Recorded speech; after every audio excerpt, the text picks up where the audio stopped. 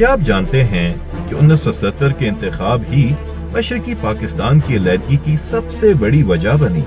جی ہاں، 7 دسمبر 1970 کو پاکستان میں عام انتخابات منعقد ہوئے جو ملکی تاریخ کے پہلے شفاف اور براہ راست انتخابات تھے۔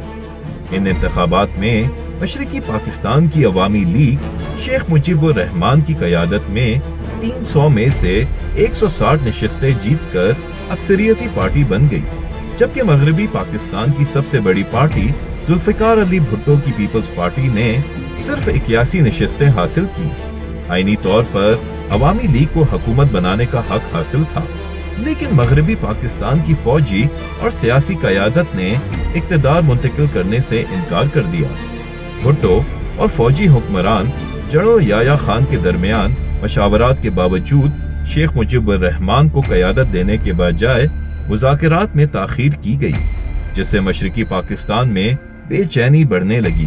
مارچ 1971 میں جب فوجی آپریشن سرچ لائٹ شروع کیا گیا تو کشیدگی کھلی بغاوت میں بدل گئی۔ عوامی لیگ نے آزادی کا اعلان کر دیا اور نتیجن بھارت نے مشرقی پاکستان کے باغیوں کی حمایت شروع کر دی، جو دسمبر 1971 میں پاکستان کی شکست اور بنگلہ دیش کے قیام کی وجہ بنی۔ اگر 1970 کے انتخابات کے نتائج کو تسلیم کر لیا جاتا تو شاید پاکستان کی تقسیم کو روکا جا سکتا تھا۔